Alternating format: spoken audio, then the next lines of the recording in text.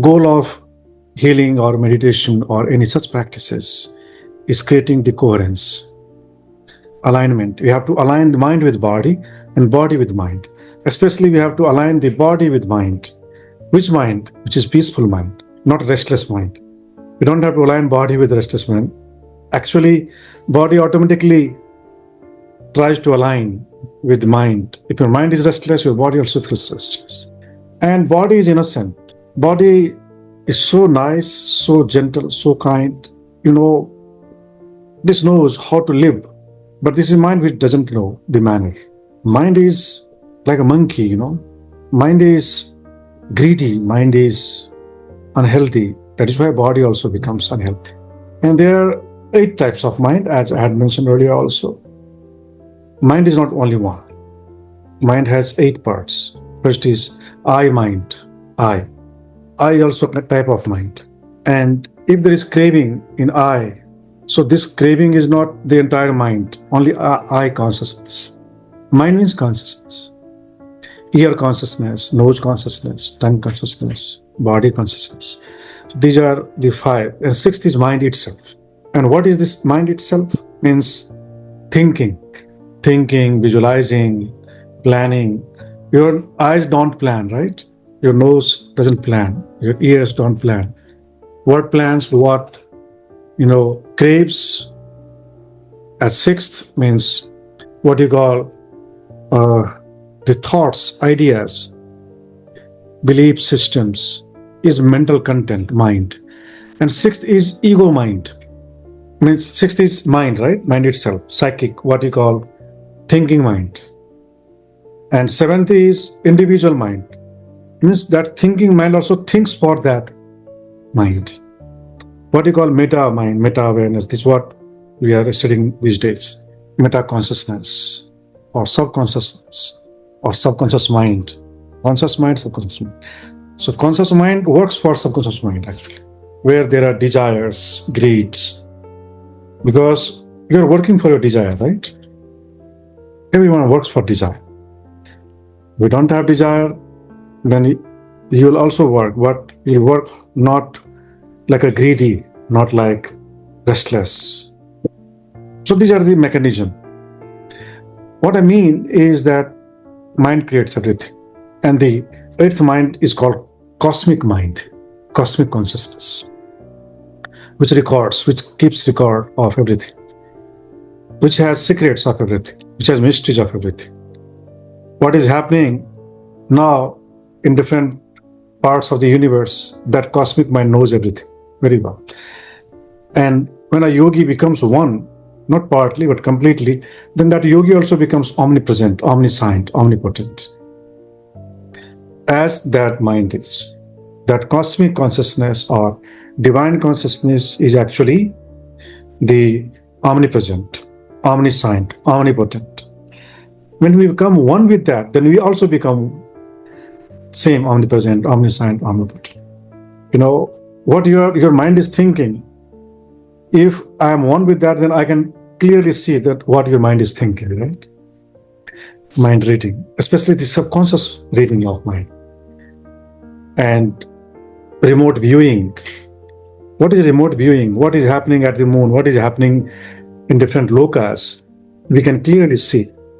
This is what fully enlightened mind becomes. And how that happens? When we have coherence, utmost concentration. Coherence means concentration, one-pointedness, ekagrata, concentration. And with concentration, we become one, and then that with concentration we can see everything. We can see our past lives. We can see not only our past life, but anyone's past lives also. Anyone. This is what Buddha had power. Not only he, but his many disciples had these powers to see the past lives of anybody. Not only himself, but anyone's. Not only 100 past lives back, but maybe millions, trillions of past lives back. Buddha had that power. And some of his disciples had also that power. And how that happens? Through concentration. You have utmost concentration. Attention network, when your attention network becomes myelinated, so stronger, myelinated. And how you myelinate?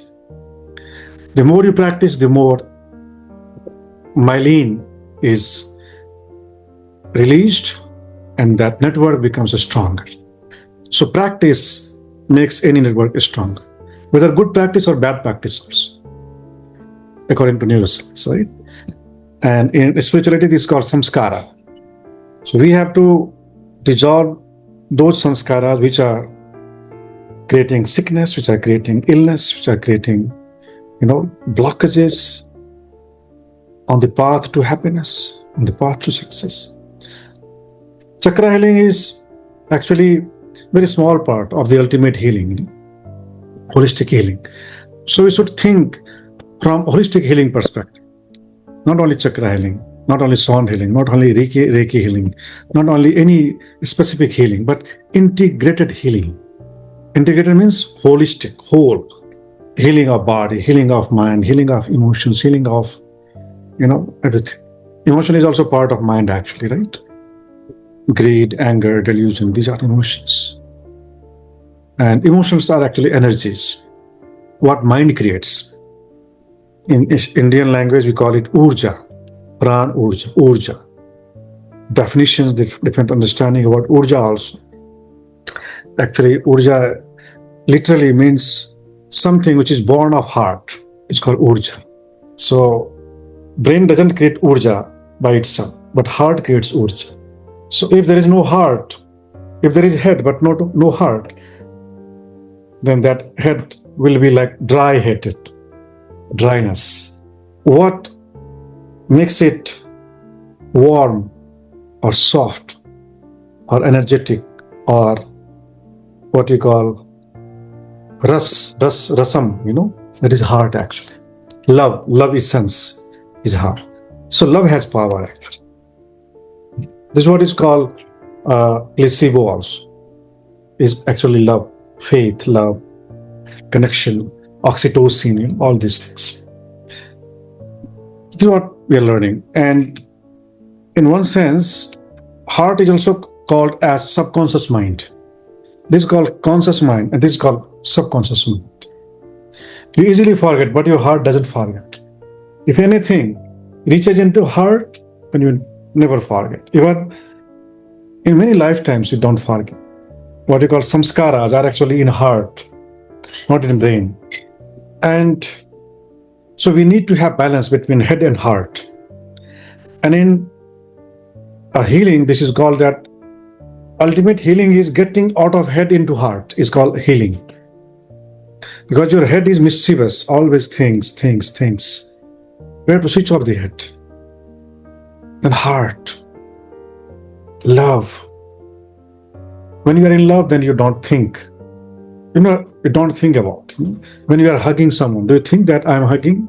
No, you don't think. This is unconditional. This is thoughtless. This is silent. You don't calculate actually, isn't it? Do you calculate when you take care of your kids? Because that is unconditional, So getting out of head and getting into the heart is actually healing. Then you are filled with that. But again, balance. If you are heartful but not mindful, then this world will exploit you. And if you are only mindful but not heartful, then your thought, your approach, your action, your any offering will not have connectivity. Not have connectivity with people, compassion. Without compassion, you may be what you call violent. So we have to clean the head and heart also. So heart has also anger, heart has also craving, heart has also all the malice. So heart in itself is not pure actually. Means we have to purify this. How? By cleansing heart from its malices. And what are they? Greed, anger, delusion. There is also buried there. So firstly, they arise here. But when they enter into heart, Hindi में कहते हैं दिल पे ले लिया, दिल पे मत लो, don't take in heart. हाँ, दिल पे लो क्या, जो बहुत अच्छी चीज है, take it seriously. Don't, head is not serious, heart is serious. But again, heart needs to be applied only in what you think this is required, this is solicited, this is what you call validity. Validity comes from head, and then acceptance comes from heart.